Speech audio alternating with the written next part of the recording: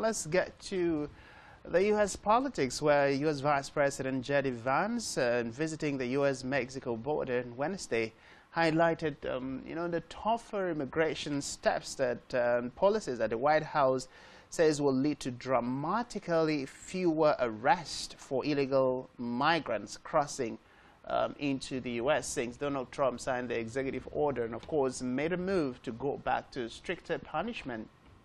And of course, you're also seeing the trade war that has escalated into major allies of the America, or major trade partners of the U.S. government having challenges with the U.S. Now, part of the things that, J.D. Vance spoke about was the fact that there are policies that the U.S. government under President Donald Trump is trying to now bring to bear in order to reduce the level of what many would say manhandling of immigrants who were in the U.S.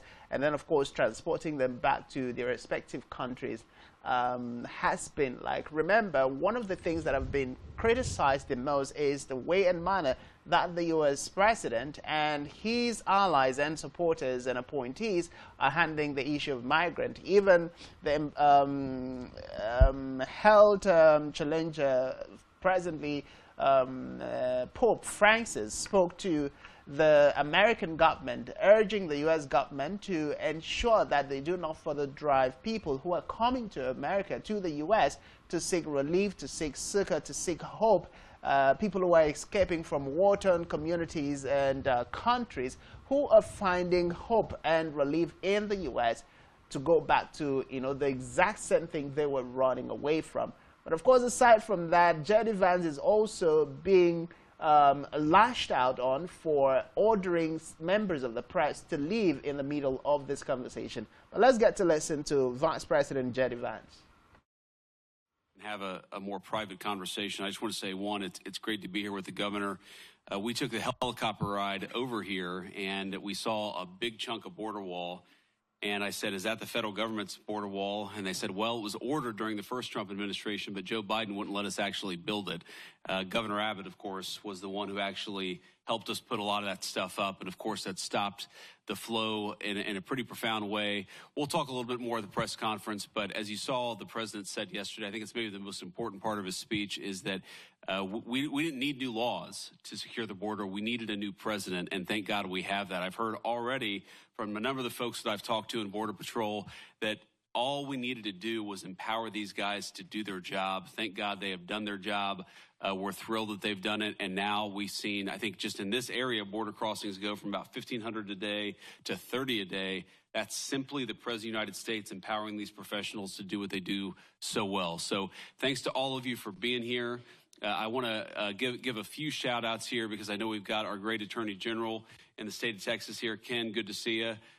We've got, of course, Governor Abbott here. We've got, I'm proud to be joined by Representative Tony Gonzalez, who represents this area, and then our Secretary of State, Pete Hegseth, DNI Tulsi Gabbard, and I know we've got some votes in the Senate, but as I understand it, Senators Cruz and Cornyn have sent representatives here too. So we're grateful to all of our great public leadership in Texas. It's an important part of getting control of our border, and appreciate the press, but we're gonna have a private conversation, so you guys get the hell out of here. See y'all.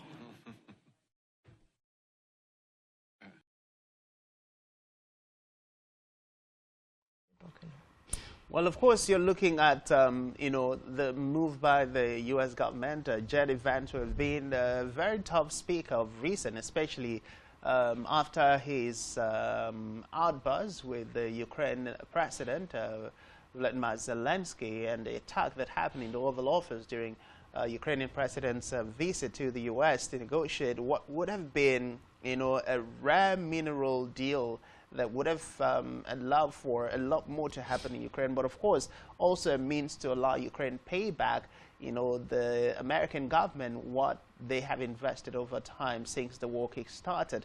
But of course, there were also concerns that Ukraine had put forward, which was bordered on, which was hinged rather on security, which the American government was not ready to consider, with President Donald Trump going back on some of the things he has said about the Ukrainian president, including not calling him a dictator, contrary to what he had said a couple of days before that visit transpired last weekend in the Oval Office. But of course, you're looking at what many have described as a deliberate move by the U.S.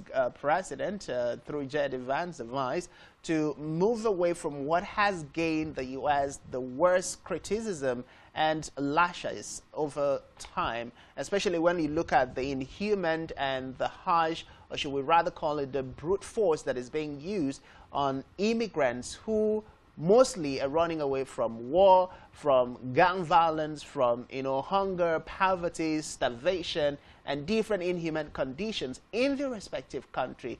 People who are literally just seeking greener pastures, and especially, in the words of Pope Francis, those who have not committed any crime and have contributed to the economy of the American people. That is a concern. But is this a move to window dress, the harsh policy of President Donald Trump? And will this move actually help in assuaging the concerns, the fears, the reactions that have greeted, the border conversation, the immigration deportation crisis brought forward by U.S. President Donald Trump? Well, there will be a lot of, window dressing to be done with some of the policies that, President Trump is taking on, especially his approach to interpreting most of his executive orders. This will happen a lot more in the time coming, but we do hope that they can manage things right. He is literally moving his government based off of executive orders a lot more than, giving Congress room to deliberate on issues and then fall back to the president. How would this come back to affect his tenure in the long run? And even the journey to a lasting legacy as the president of the United States. But that's just developments out of a myriad of, tariff wars and deportation issues happening in the United States.